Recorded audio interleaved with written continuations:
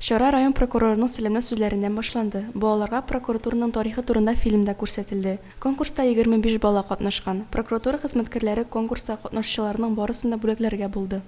Без инде башта уйлаган идек, урыннар бирербез дип, но бу рәсемнәрне күргәннән соң бөтенесе беренче урынлык рәсем ясалган. Шуңа күрә бик зур рәхмәт балаларыбызга, укытучыларына. Бүгенге көннән соң да Алла бирсә, мондый конкурслар, мондый мероприятиялар үткәребез дип уйлыйм. Конкурс ярдәмендә укучылар прокуратура эшчәнлеге белән таныштылар. Шул ук вакытта хокукый белемнәрен үстерү өчен нигез салдылар. Бу конкурста ишеткәч, мин үзенең яртып караган фильмны искә төшердем. Ул фильм «Пес» дип атала. Анда бер эт прокуратурага бик нык булыша. Һәм мин шулай итеп шул этне ясарга булдым. Прокуратура белән берлектә рәсем конкурсына игълан иттек.